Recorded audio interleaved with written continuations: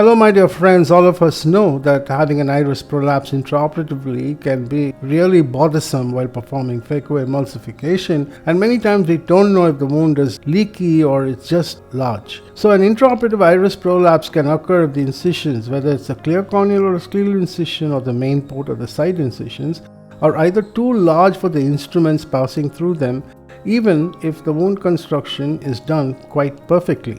Or it could occur due to a poor wound construction, which is either a very short tunnel, wound stretch or tear that occurs during IOL insertion and manipulations, or it could be a simple corneal wound burn in spite of a correctly sized wound. Sometimes you can get a combination of both. The risk of iris prolapse also increases with small pupils, intraoperative pupil shutdown, iris chafing and damage, and in floppy iris. The single solution, of course, to all these problem scenarios is the use of iris hooks, and in some cases use pupil dilating devices. This video will help you to differentiate between the iris prolapse that occurs due to a large incision and due to a leaky incision that occurs due to a poor wound construction. Let's take this particular case. As I'm creating the side port with the lance tip, the incision has become slightly large.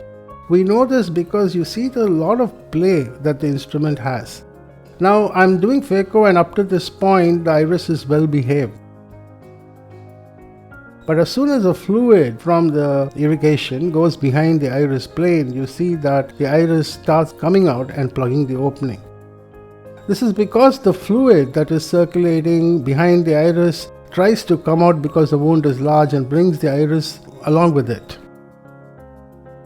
This plugging of the opening actually helps to narrow down the incision and helps you to continue with phacoemulsification. But while you do this for a prolonged period of time, the iris stromal architecture can get damaged and can lead to a floppiness of the iris later on in the procedure.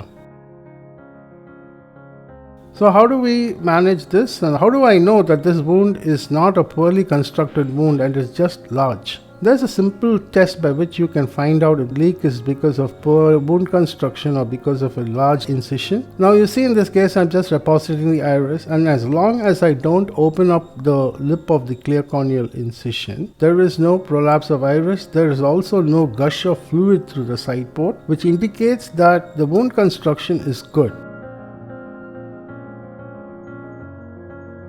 The only reason why the iris and the fluid was trying to come out or prolapse through the side port incision was because the incision size was too large.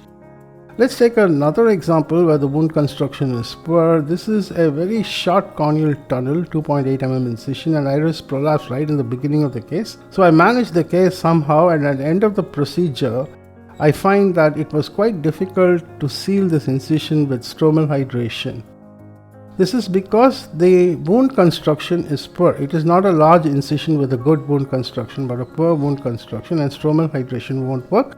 The correct thing to do would be to take a suture in this case. You see that when I inject fluid through the side port, it's coming out of the main incision, and this is a very diagnostic test that the wound construction of the valve or the tunnel is not adequate and will not hold. If you are a little scared about taking sutures because of the induced astigmatism, don't worry, because the sutures can come out after 2 weeks. But there's also one more way of sealing this incision, and that is by using something called as a Wong's pocket incision, where a small tunnel is created above the main incision. This is a blind pouch. This is also called sandwich hydration technique, and when you inject the fluid into the stroma at this point, it causes swelling up and closing of the upper wall of the valve of the clear corneal incision, and many times the wound can be closed in this fashion. The safest way, of course, in spite of me showing you this video, is to take a corneal suture and then bury the knot. Let's take this particular case. This is a video of my friend Dr. Subira. While she is performing the phacoemulsification, there is also, again, you see that the incision is too large for the instrument, though it is properly constructed. And that is the reason why, as the pupil shuts down, there is a tendency of iris to come and plug the opening. One way of tackling the problem is to use stromal hydration. When you use stromal hydration, it causes the swelling up of the incision and narrowing of the wound. Now you will find that sometimes the stromal hydration technique that works initially tends to fail later. You can repeat the stromal hydration. The second option is if you have a wound that is large, you just relocate to another point. Take another clear corneal incision, this time make it of adequate size, just above the original side port incision. Now this is probably the best way to perform the side port incisions, that is, use either a 20 gauge or a 23 gauge MVR blade. Because of the geometry of the blade, it helps to create a nice square incision as opposed to a lance tip or a 15-degree side port tip that has a cutting edge only on one side.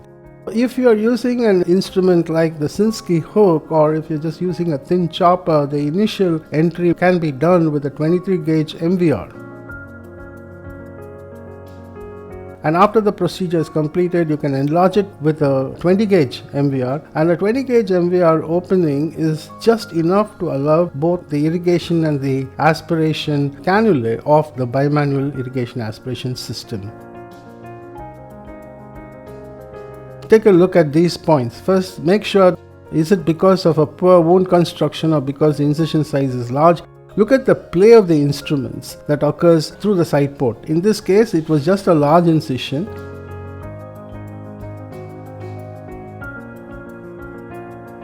I am performing phacoemulsification by simply not opening up this wound.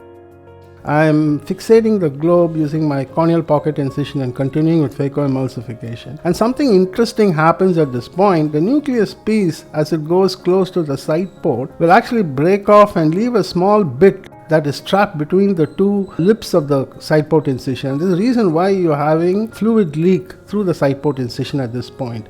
It's not because the wound is not secure, it's because the piece is trapped there, but this is intermittent, is not much, and I continue and complete the case. Don't hesitate to change the site of incision in such cases.